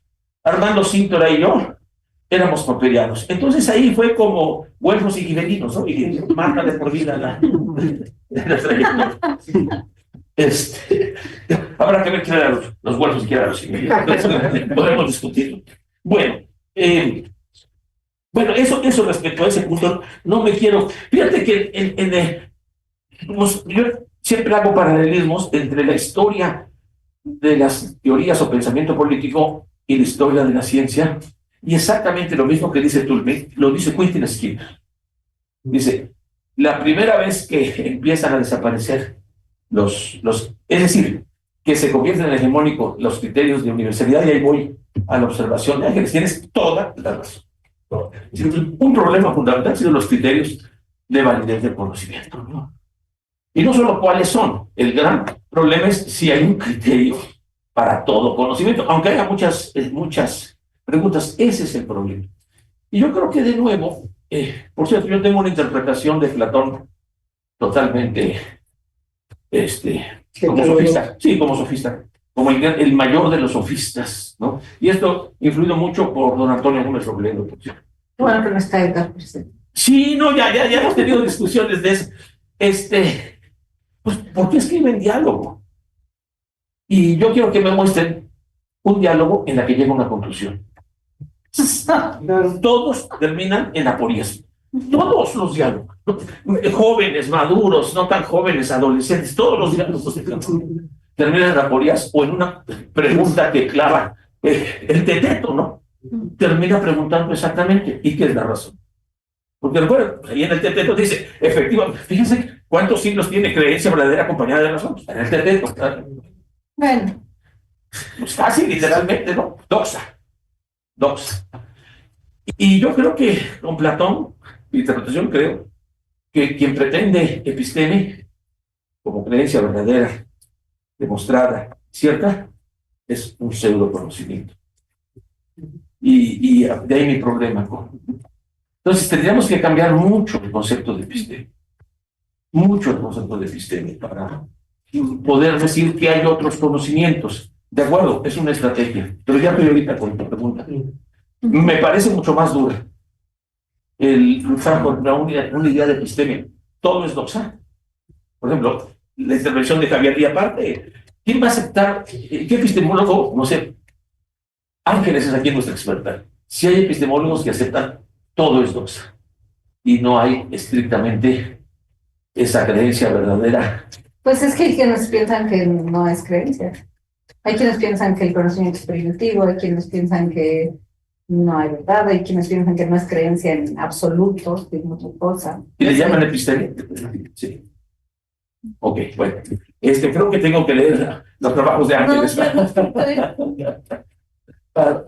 No, sobre epistemología, para hablar de eso. Pero esa es mi razón principal. Yo creo que efectivamente la gnostocracia, y te dije, mira, me das 5 minutos y me paras en 5 minutos. Uy, ya se te pasa, o sea, ya los 5 que le dije ya pasaron. Me puedo quitar 5 y después te los pago bailar. Ahí va, rápidamente. Me apuro. Ya no voy a. No, es que andar no se los quité y mira. No, perdón, sí, ya voy a cumplir. En 5 minutos. A ver, Miguel, sí, lo dijo Ángeles, y Ángeles, gracias por darme la respuesta, Miguel. No creo que agnostocracia sea el sustituto de epistemocracia. Perdón, de la crítica a la epistemocracia. ¿Por qué? Porque, aquí lo puse. Yo creo que es un concepto alternativo, pero me parece muy sugerente y ojalá lo sigas trabajando, pero no veo cómo intercambiar el concepto. ¿Por qué? Porque la agnostocracia es la negación de todo conocimiento, no solo del conocimiento científico. A ver, tienes razón, Trump es un agnostócrata, no es un epistemócrata, estoy de acuerdo. Pero es que él descalifica todo conocimiento que no sean sus ocurrencias, ¿no? Entonces, yo creo que ese es, para mí, está señalando un problema creciente en el mundo actual y en los estados actuales, y que es el despotismo no ilustrado. Entonces, yo creo que este es el negacionismo del cambio climático, contra todo, pero ahí no solo es contra los científicos, es contra también los conocimientos tradicionales, contra todo conocimiento. Y yo reservaría este concepto, el concepto de agnostocracia, para esa negación de cualquier conocimiento, ¿no? Y la simple decisionismo, la voluntad, el despotismo, al final de cuentas, no lo tiraría. Pero muchas gracias por hacerme reflexionar, y creo que, pues sí, tengo que meterme más en estos conceptos que menciona Ángeles, de episteme, que no asumen estas tres condiciones, ¿no? Fíjense que Villoro en su gran libro, al final de cuentas, el último libro, La ética de la creencia, Ana Rosa ha enfatizado mucho esa lectura, la ética de la creencia, ¿verdad? Es que vale más lo que él llama conocimiento, que es saber o sabiduría, conocimiento personal, que el conocimiento objetivo. Cuando lo ponen a decir. Y aquí sí hay en Villoro, esto gracias a Ana Rosa por hacer esa observación y esa lectura tan cuidadosa de Villoro. Invierte totalmente la jerarquía lo epistémico sobre lo ético. Creo que tiene razón, mucha razón, Javier Echeverría, en que tenemos que enfatizar. Yo enfatizo demasiado los valores epistémicos de verdad, racionalidad y objetividad. En realidad, lo que yo quiero, lo que en realidad quería decir, ahora sí, es que esos valores epistémicos incluyen valores éticos y políticos. Entonces tenemos que, esto lo dije en la lectura e interpretación que hago de Neurath, ¿no? Con motivos auxiliares. Y Curtis, un alumno nuestro, hizo una tesis sobre eso, diciendo, bueno, en fin, Sí. Carlos, muchísimas gracias. Sí, no, fíjate que, bueno, te agradezco de corazón, querido Carlos. Muchas gracias. Pues sigo en la confusión. Esa es la conclusión que tengo. Sigo en la confusión. Y claro, porque cada vez que buscas una sanidad, como dice Popper, a propósito de la ignorancia, entre más avanza el conocimiento, aumenta más nuestra ignorancia, ¿no? Es muy interesante esa idea de Popper. Pero aquí aumenta más la confusión entre... Pero me gusta mucho esto del elogio a la confusión, porque la confusión, creo que tienes que escribir, no sé si hayas escrito sobre la confusión. Sí, tenía unos aforismos, pero luego ya no he desarrollado. Es muy importante porque así como existe el concepto de nefacta, de estar, ¿no?, indefinido, creo que la confusión es un estado epistémico muy virtuoso. Sí, es lo que yo... Entonces, no lo había pensado. Gracias por hacer. Pero también estamos, si no condenados, estamos destinados a la confusión, pero siempre con ese intento de salir para entrar de nuevo a nuevas conclusiones. Pero creo que algo se avanza. Muchísimas gracias. Bueno, lo de Fuller, me lo salto un poquito. Sí, exactamente. Okay. Y bueno, hay muchas otras cosas que, ¿sabes? Yo diría que, ¿te acuerdas? Pluralidad y recursión, ¿no? El libro de Bullinis. Y aquí creo que nuestro lema de nuestra generación es distinto.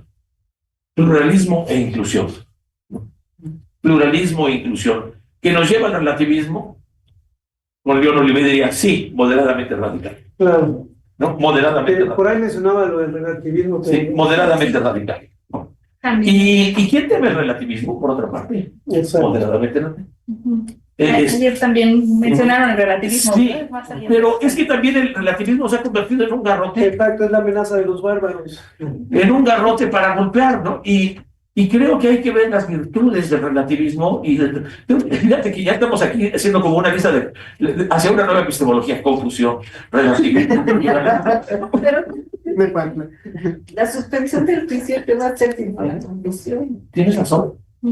Sí, pero la confusión tiene un elemento psicológico. Pues la suspensión es justo cuando no puedes decidir. Pero no siempre estás confuso, simplemente estás... Bueno, creo que Carlos nos debe Sí, tienes razón. un ensayo sobre la confusión. Yo se lo tomé ahorita, se lo compré íntegro, ¿no? Y César, muchísimas gracias. Y creo que ahí tienes una tesis tú muy original, ¿eh? Te agradezco mucho tus generosas palabras, igual que a todos los demás. Pero tienes una idea muy sugerente, que es cómo la filosofía iberoamericana en general, el humanismo iberoamericano, tiene su extensión a ámbitos específicos de la filosofía, como puede ser la estética o como puede ser la filosofía de la ciencia. Esto, sinceramente, me parece una hipótesis de trabajo muy original, nada confusa. Me encanta tu asociación entre América y Hermes, ¿no? Esperaba que sacaras el tlacuache. Es el animal favorito porque es el tlacuache, ¿verdad? Sí, faltaban unos Perdón. 20 minutos. Bueno, es que el tlacuache es el análogo a Prometeo, ¿no? Es el que roba con su cola y por eso la tiene pelona. El fuego es genial, mucho mejor que el mito griego, ¿no? El tlacuache prende el fuego con su cola y para dárselos a los hombres, yo me quedo con el tlacuache. Sí. Pero también... Aunque según Echeverría, nosotros también sean pueblos originarios. Bueno, según Miguel de Portilla, no, los griegos no son originales, serían los egipcios mesopotamios, pero los griegos son sucursaleros. No me oigan. Yo confío en la prudencia del director. Ya, ¿no? Director. Ya. Muchas gracias.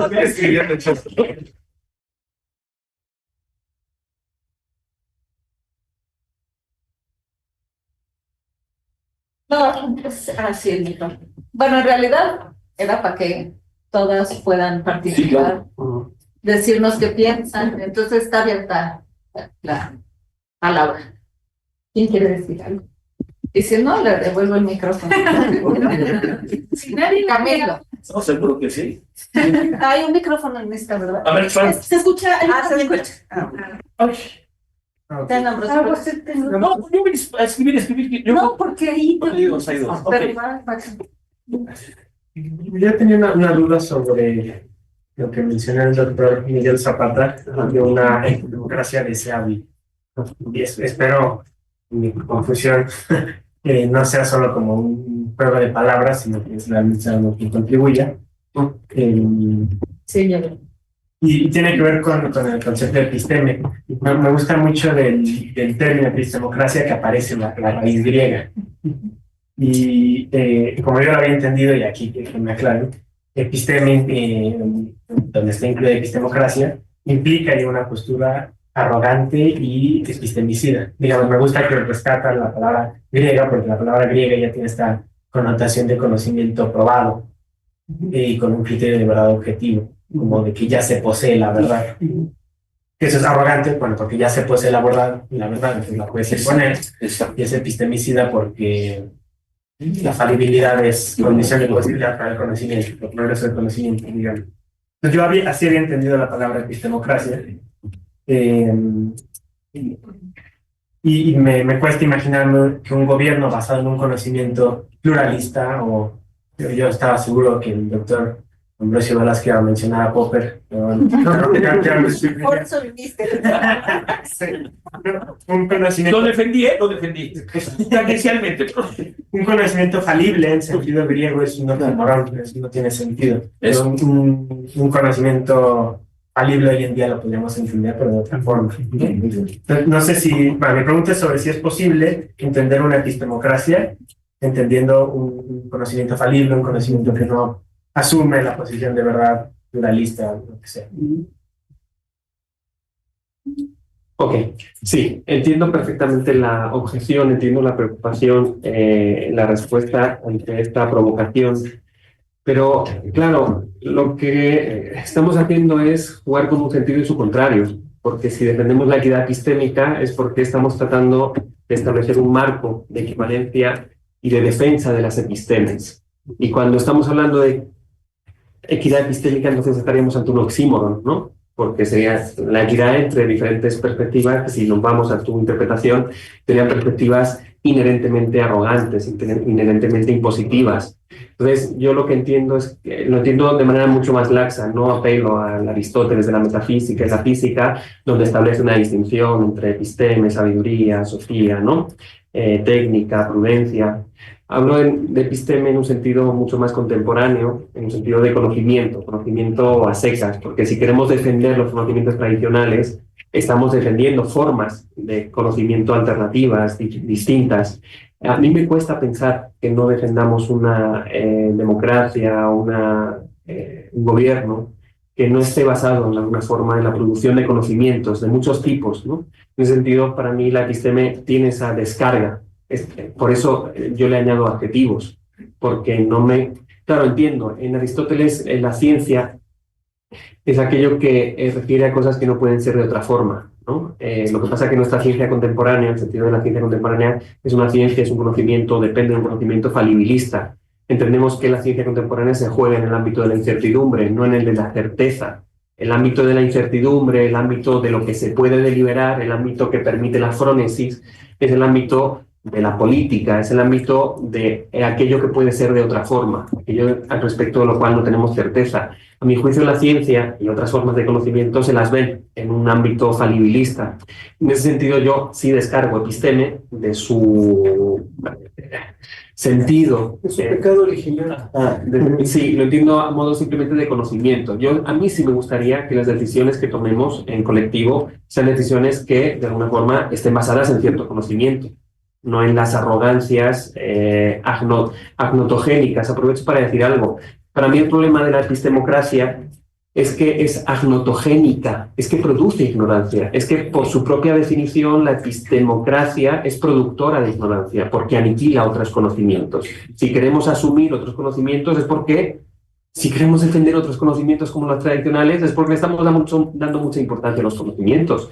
Y además entendiendo conocimiento en un sentido bastante contemporáneo donde se integran los valores. Para mí, yo que soy bastante pragmatista, entiendo que toda producción de conocimiento tiene de fondo una pasión, tiene de fondo una inquietud, tiene de fondo una valoración, en un sentido de James, ¿no? De William James. Entonces, para mí, hablar de epistemocracia, jugando, ¿no? A ser polémico, es hablar de un gobierno donde podamos entender que hay conocimientos que son equivalentes, que se desarrollan en un espacio de equidad, pero que permiten mejorar nuestras decisiones. Para mí, una epistemocracia, en el sentido en el que la entiende Ambrosio, en el sentido autoritario, porque claro, yo entiendo a Ángeles, yo te entiendo a ti, yo entiendo a Ambrosio. Para ustedes la epistemocracia inherentemente es autoritaria, arrogante, pero como yo defiendo la episteme en un sentido pragmatista, como entiendo en la episteme como un modo de producción de conocimiento que incluye otro tipo de aspectos, me parece que no es malo entender que el gobierno, los gobiernos, las decisiones comunitarias participativas tienen un fondo epistémico, tienen una base epistémica, porque tenemos que echar mano de nuestros modos de producción de conocimiento, ya sean autóctonos, ya sean tradicionales, ya sean científicos, en este espacio de equidad epistémica del que él habla. Entonces, entiendo las objeciones, pero sigo siendo polémico al respecto, porque para mí es agnotocrático, porque para mí epistemocracia refiere sobre todo a producción de ignorancia, en el sentido de Ambrosio. Sí, Ana Rosa, adelante. Ay, mil gracias. Me agarraron desprevenida porque pensé que le iban a dar primero la palabra a todos los presentes, pero bueno, muchas gracias, Ángeles, por darme la palabra. Lo primero que quiero es felicitar a esta mesa, es que todos estuvieron maravillosos, me encantó esta mesa, aprendí muchísimo. Y bueno, primero quisiera yo decir que, bueno, la teoría de la confusión o de la confusión de la que habla Carlos, bueno, va muy, o que quisiera que me explicara, o sea, el origen del conocimiento como PERS, como duda que irrita, que es un estado epistémico incómodo, y entonces, quizá de la confusión nace la duda más específica, ¿no? Como esto es lo que no entiendo. Entonces, quizás sería un estado previo a la duda. No sé, ahí me puso a girar Ahí, por ahí va, por lo menos lo que yo recuerdo que pensaba en esa época de confusión, venía un poco de Pierce. Ajá, ajá. Bueno, yo creo que hay muchísima tela de dónde cortar ahí. Y bueno, y también relacionado con la idea de Feyerabend de que la epistemología debería ser una teoría del error, ¿no? También, o sea, como que ahí hay una relación importante. Bueno, eso me encantó y también me deja pensando mucho, ¿no? Y con respecto a algo que dijo Javier, que no se retomó hoy y que tiene que ver con la defensa de lo que dice Miguel sobre la ignorancia. Ignorancia en el sentido de que dice Miguel, yo lo entiendo como la de Trump. O sea, es ningún conocimiento, o sea, ni siquiera el científico es el máximo, o sea, o el único. No, ese es ningún conocimiento, es mi opinión, punto. Pero lo que yo creo es que lo que domina ahora es una doxo o doxacracia, en el sentido que dijo Javier, de que lo que domina es la opinión totalmente sin fundamento, solo por moda y por influencers de las redes. Y eso es lo que llena la cabeza de nuestros adolescentes, que es, bueno, yo tengo a mis nietos y estoy muy preocupada por ese asunto. Y creo que este conocimiento, que es una opinión, no es un conocimiento, es una ignorancia generalizada, pero que tiene una influencia fuertísima, que justo influyó muchísimo eso en que ganara Trump, por ejemplo, ¿no? O sea, el impacto político y de la forma en que nos afecta la vida en el mundo entero tiene muchísimo que ver con esto y bueno, yo creo que hay que pensarlo y eso y tomárnoslo muy en serio. Pero bueno, Ambrosio, no sé qué opines sobre estos asuntos, pero mil gracias a todos. Me encantaron las 4 ponencias y me hicieron pensar muchísimo. Gracias. Yo quiero decir algo, no, de acuerdo con la descripción que hace Ana Rosa, una cosa que creo que yo creo que la epistemocracia y Trump son una pareja perfecta, ¿no? lo que genera la arrogancia, ¿sí? Es la falta de respeto que le terminan teniendo los agnotócratas, ¿no? Es decir, creo que mientras más falibilista, pluralista, sí, y eso estoy de acuerdo contigo, sin dejar de insistir en que saber es importante y argumentar racionalmente es importante, pero sin certeza. Creo que hablando de lo de la confusión, creo que lo opuesto a la confusión es la certeza, y la certeza suele ser arrogante y suele producir desconfianza y suele producir rechazo, que luego se masifica y se vuelve el culto a la ignorancia del que padecemos. Entonces yo creo que para corregir la agnocracia, pues tenemos que ser muchísimo más modestos, muchísimo más cuidadosos, muchísimo más realistas respecto a cómo describimos los procesos de conocimiento y los procesos de generación de soluciones o de acciones coordinadas entre grupos heterogéneos, ¿no? Pero dijiste que lo contrario de la certeza es la... No, de la confusión. Es la certeza. Yo pensaría que no, pero... A ver, no, tú tienes una... No, yo creo, o sea, no, tradicionalmente lo contrario de la certeza es la duda. Y eso es lo que Sí, eso es lo que, ese es mi claro, duda. entonces, y ese es Descartes, ¿no? O sea, Descartes dice, yo lo que quiero es dejar de dudar y dejo de dudar solo en el momento en que tengo algo cierto. Y no necesariamente la certeza es dogmática, ¿no? Entonces, lo que es muy interesante es que cómo se vuelve dogma, y yo creo que eso tiene más que ver con la noción de objetividad. Perdón, pero eso pienso yo. A ver, no, pero, pero dinos lo que piensas, por favor. Ya, dije. No, dijiste, lo último, ¿por qué piensas que tiene que ver con la objetividad? Porque yo lo que creo es que pensar que existe un mundo, o sea, que cualquier cosa que sea conocimiento es algo que describe el mundo como es, Sí. y no como imaginamos que es, o como puede ser, o una posible descripción. O sea, hay muchas maneras de decir esto que estoy tratando de decir. Y la idea de que hay una manera correcta de ser del mundo, o sea, una manera correcta de describir cómo es el mundo, y que eso tiene que ver con la manera de pensar acerca de la objetividad. Inclusive si es intersubjetividad, y Sí, entonces la intersubjetividad se consolida como una verdad objetiva que está hecha por todos, pero ¿por todos quiénes? ¿Quiénes? Pero yo ya no quiero hablar, porque no me toca hablar a mí. no, sí, también. No, porque tú tienes que contestar y interrumpir. No lo hablamos. Pero bueno, lo que creo es básicamente eso. O sea, que para mí el dogmatismo tiene más que ver con la cómo se cuaja la idea de que hay una descripción objetiva del mundo. Y cómo eso permea el ideario. Y entonces eso se convierte en lo que es. Y lo damos por cierto. Y ahí sí, por cierto, pero no por certeza, sino por cierto, y la noción de verdad. Es una especie de fetichismo.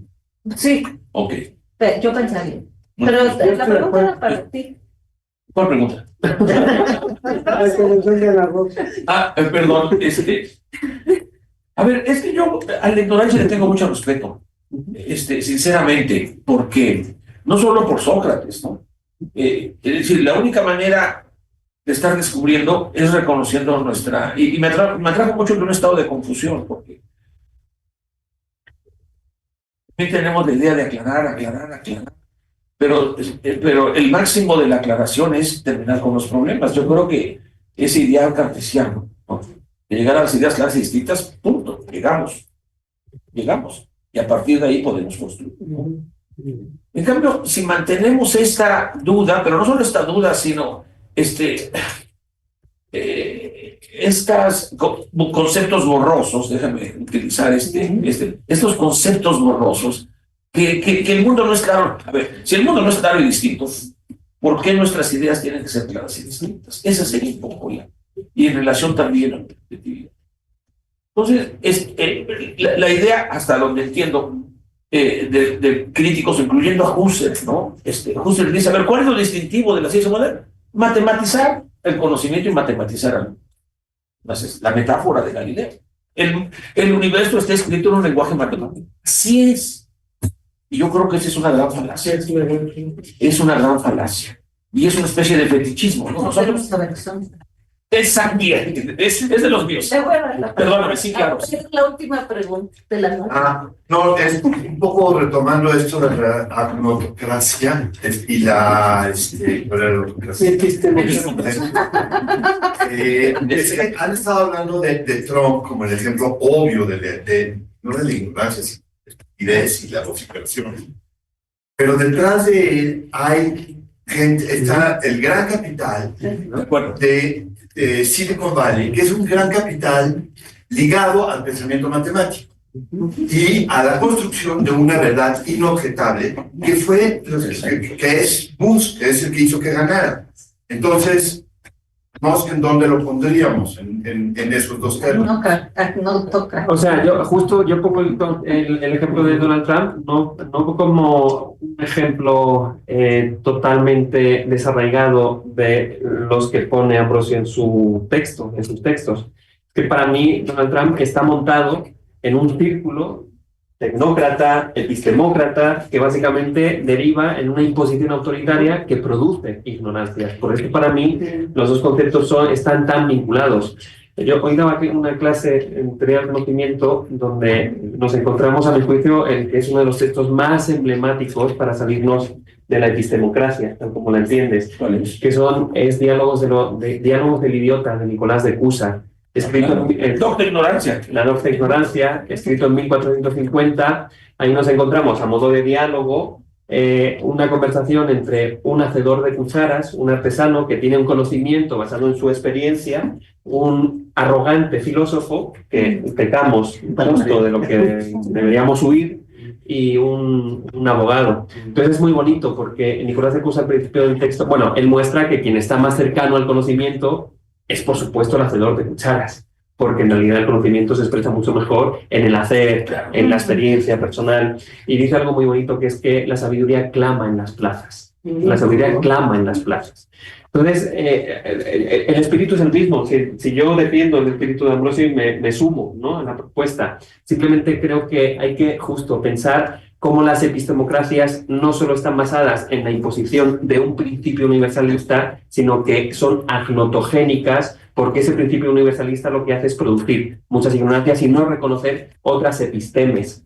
El reconocimiento de las muchas epistemes, a mi juicio, debería ser el modelo multicultural, republicano, que tenemos que defender. Por tanto, las muchas epistemes, no la ninguna episteme. Entiendo las muchas epistemes como epistemes que no dan preeminencia a la verdad con mayúsculas, como decían los pragmatistas clásicos, sino la verdad como, aquello a lo que podemos acceder en un momento determinado porque en nuestras parcelaciones del mundo, contingentes, falibilistas, tenemos acceso a ciertos fenómenos. Pero también tenemos que entender que el conocimiento es algo defendible, los muchos conocimientos. Mi polémica va por ahí, en ese sentido, pero el espíritu lo comparto absolutamente y el compromiso político, epistemológico, absolutamente. Yo me declaro fan, si puedo decirlo así, de Ambrosio Velasco, ¿no? Simplemente un poco complemento con una categoría que quizá dé cuenta de estas relaciones entre Donald Trump y Elon Musk. Elon Musk o Silicon Valley, que representan lo peor de la tiranía de los expertos. Bueno, muchas gracias a todas y todos. Les recuerdo que mañana sigue esto. Mañana es de 12 a 14 en el aula A y B de la facultad, y luego el viernes aquí, y luego el viernes en la facultad. O sea que todavía hay mucho Ambrosio. Gracias, que toca.